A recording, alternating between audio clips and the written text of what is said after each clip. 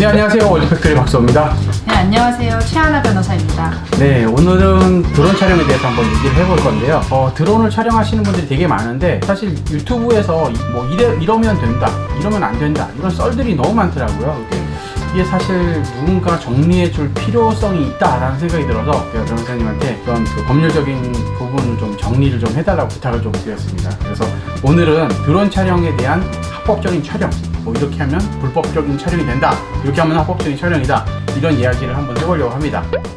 드론은 사실은 우리나라에서 뭐 법으로 제정돼서 관리된 지가 얼마 되지 않았잖아요, 그죠? 네. 이제 막 드론이 제정이 되어진 것 같은데 이게 어느 법에서 규제를 하고 있는 거죠? 사실 현행법에 드론이란 말은 등장하지 않습니다. 다만 항공안전법에 드론을 초경량 비행 장치로 분류하고 있는데요. 초경량 비행 장치 중에서도 드론은 무인 비행 장치에 해당합니다. 이게 뭐 그러니까 만약에 이거를 무인 비행 장치로 한다라고 하면은 뭐 일반 비행기처럼 자동차처럼 면허증을 발급받고, 그리고 또 차를 사면은 이제 등록을 하는 것처럼 등록도 해야 되고, 그죠? 여기서 또 이제 규제가 있거나 없는 것들이 있어야 돼요. 그런 경우에 이게 드론을 사용할 때 내가 신고나 허가를 다 받아야 되나요? 아니면 어떻게 받아야 되나요? 사실 말씀하신 대로 드론도 크게 보면은 초경량 비행 장치 중에 하나이기 때문에 항공안전법에 의하면 신고를 필요로 하지만 일반인들이 취미삼아 하는 아주 작은 드론과 같이 12kg 이하의 드론의 경우에는 신고가 필요하지 않습니다. 아, 그렇군요. 그러면 요런 마빅2 이런 거는 지금 허가를 받고 할 필요가 없다라는 거, 신고라든가 등록 이런 걸 안 해도 된다라는 거죠? 네, 이 드론 자체를 신고할 필요는 없는 거죠. 다만 이 드론을 가지고 어떤 상업적 사용을 하거나 아니면 다른 허가 구역 외에서 비행하는 것은 별개의 문제입니다. 아, 그러면 이거를 개인적으로 사용하면 허가를 안 받아도 되는 거고, 그죠? 네. 근데 이거 뭐 상업적으로 사용하거나 이러면 다른 뭔가 신고라든가 허가라든가 이런 걸 취해야 된다는 거죠? 네, 그건 항공산업사업법에서 규제를 하고 있는데요. 네, 드론을 가지고 농업 지원을 하거나 사용 사업을 하는 경우에는 또 사용 사업 등록을 해야 합니다. 하지만 그 경우에도 최대 이륙 중량이 25kg 이하이면 또 필요가 없죠. 그러면 이제 제가 헷갈리는 부분이 있는데, 사용사업 등록이라고 하는 게 그럼 25kg 이하면은 등록을 안 하고 그냥 써도 되는 건가요? 네, 항공사업법에서 25kg의 무인 비행 장치만을 사용하는 사업의 경우에는 제외하고 있습니다. 25kg 이하면? 네, 최대 이륙 안 해도 중량. 된다? 예. 아, 그럼 촬영이나 이런 것도 해도 상관이 없나요? 네, 그렇습니다. 사용자업자로 하지 않아도? 네. 드론이 크게 되면은 날개가 무지하게 크기 때문에 뭐 사람을 치는 경우에는 죽을 수가 있죠. 뭐 목이라든지 치면 이제 댕강 잘릴 수도 있을 상황일 텐데, 정말 그래서 실제로 옛날에 그런 그 헬리콥터를 띄워가지고 뭐 방제를 하는 그런 경우에 죽은 사례가 있죠, 사람들이. 그런 경우를 걸 대비해서 아마 사용사업 등록을 하고 보험도 들어야 된다라고 들었는데. 네, 보험도 가입을 하는 것이 또 사용 사업 하는 것에 또 필요할 기본적인 요소죠. 그래서 그런 경우에는 사용사업 등록을 하고 또 보험도 가입해야 되고, 그런데 사업으로 쓰더라도 25kg 이하는 그냥 써도 된다라는 거죠. 그러면 일단 항공안전법에서 이게 사용 승인을 받아야 되는 비행기는 25kg 이상인 거잖아요, 그죠? 네, 항공사업법에는 그렇게 규정을 하고 있는데요. 국토교통부에서는 그런 정책이나 기준을 제한하겠지만 사실상 이것을 가지고 사업을 하시게 되면은 지방항공청에 개별적으로 문의하시는 것이 정확합니다. 이게 딱 칼로 무자르 딱 잘려진 법규가 아닌 것 같습니다. 이게 사실 한번 알아보셨다고. 네, 저도 국토교통부 담당 정책부에 한번 알아봤는데 결국 지방항공청에 그 담당자에게 확인을 해보라는 답변을 받았습니다. 아마 사업 담당자마다 아니면 지역마다 조금씩 다르지 않았나라는 생각이 듭니다. 그래서 일단은 요런 규정도 사실 이제 초기이다 보니까 아마 이런 게 좀 법률이 사실 실제를 못 따라가는 현상이 아닌가라는 생각이 드는데, 아마 이런 게 좀 곧 정리되지 않을까라는 생각이 듭니다. 최근에 뭐 킥보드라든가 뭐 전기 스쿠터 이런 것들에 대해서 규정이 새로 나왔다고 그랬는데, 아마 드론도 아마 이제 곧 이런 것들이 깔끔하게 정리가 되지 않을까라는 생각이 듭니다. 그래서 이제 여러분들이 이제 직접 아마 지방 항공청에 한번 확인해서 이게 등록을 해야 되나 말아야 되나 이런 것들도 확인을 한번 해봐야 되지 않을까 싶습니다.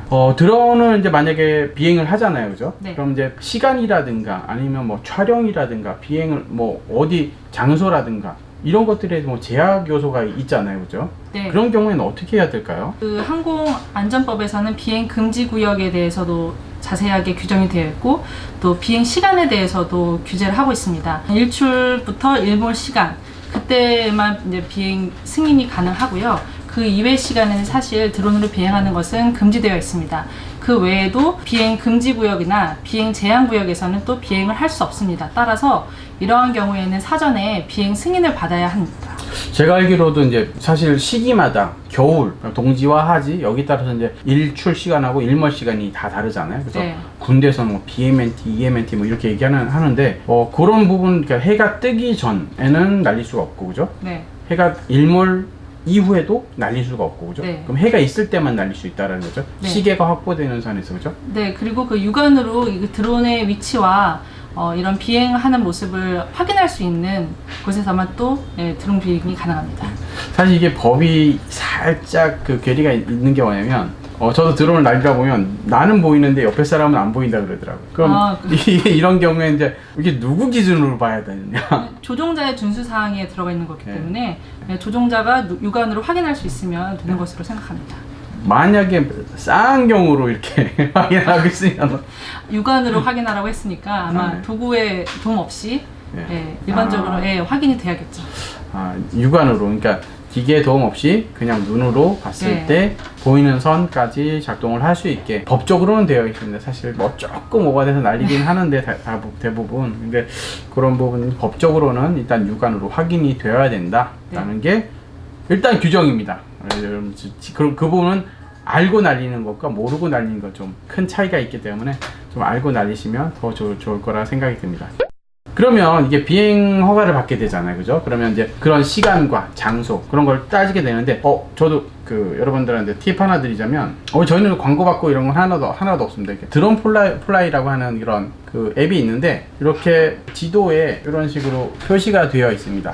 그래서 이런 그 색깔을 보시면 각 지역마다 이렇게 날릴 수 있는 공간과, 사실 제가 어떻게 다 알아요, 그 지역별로, 그죠? 네. 근데 이런 앱이 있더라고요. 해외에서도 사실은 이런 앱들이 있는 걸로 알고 있는데, 해외에서 날리는 앱은 제가 잘 모르겠어요. 혹시 여러분들 아시면 좀 댓글 좀 부탁드리겠습니다. 이제는 이제 비행기 날리는 것까지는 알아봤어요. 근데 이게 비행기 날리는 거하고 촬영하고 허가가 다르다라는 얘기가 있더라고요. 네, 비행 승인을 받는 것과 촬영 허가를 받는 것은 다른 얘기입니다. 지금까지는 비행 승인에 대해서 말씀드렸던 거고요. 방금 보여주신 어플에서도 비행 금지 구역, 비행 제한 구역 이렇게 나와 있거든요. 그런 곳에서는 비행 승인을 받고 또 촬영 허가도 별도로 받아야 되지만, 그 외의 지역에서는 비행 승인을 받지 않더라도 촬영 허가만 받고 촬영을 할 수 있습니다. 되게 어렵죠. 네. 사실 난 비행 허가 받아서 날리면서 촬영을 하고 있는데, 사실 이게 보통 이제 이런 것들 많이 사가지고, 뭐 DJI가 사실 전 세계를 거의 제패를 했으니까, 이런 뭐 마빅 2, 마빅 1, 마빅 에어 뭐 이런 것들 아마 DJI에서 나오는 것들, 그리고 팬텀 이런 것들 많이 쓰게 되는데, 그런 제품들은 다 카메라가 있거든요. 근데 카메라로 다 촬영, 거의 아마 100%에 가까운 사람들이 다 촬영을 할 거예요. 그러면 이게 촬영과 이게 비행과 이게 별개가 돼서는 안 되는데, 비행 허가를 받으면 촬영이 되는 건가요? 비행 승인도 받고 네. 촬영 허가도 받아야 되는 거죠. 비행 금지 구역에서는. 이거 저희들은 보통 이제 드론 하면 비행 허가를 받으면 당연히 촬영해도 된다 이렇게 인지를 하고 있지만, 촬영은 또 별도로 받아야 되는 거죠. 네, 그래서 일반 분들이 말씀하시는 비행 허가 내지는 어떤 허가를 받았다는 것은 기본적으로 촬영 허가를 말씀하시는 것 같다. 촬영 허가를 받으면 이제 얼마든지 촬영을 할 수 있는 거니까 거기에 이제 비행 승인까지 모두 포함됐다고 생각하시는 것 같아요.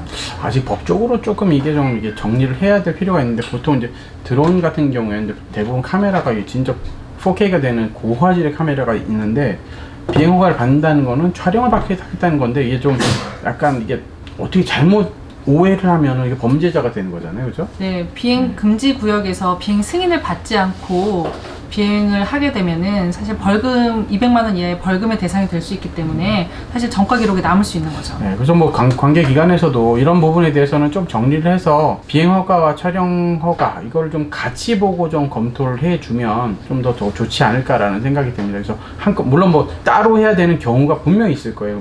그러니까 비행을 해도 되는데 거기에 뭐 군 시설이나 있으면 거기는 하면 안 된다라는 얘기를 해주던가, 뭐 그런 부분이 있으면은 뭔가 코멘트를 줘서 합법적으로 날릴 수 있도록 뭔가 제도적인 뒷받침이 되어줘야 될 것 같습니다.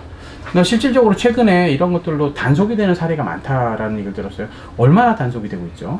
사실 그 드론이 최근에 유행이 많이 되면서 과거에는 사실 처벌료가 많지 않았지만 최근에는 과태료 이 적발 수가 증가하고 있는데요.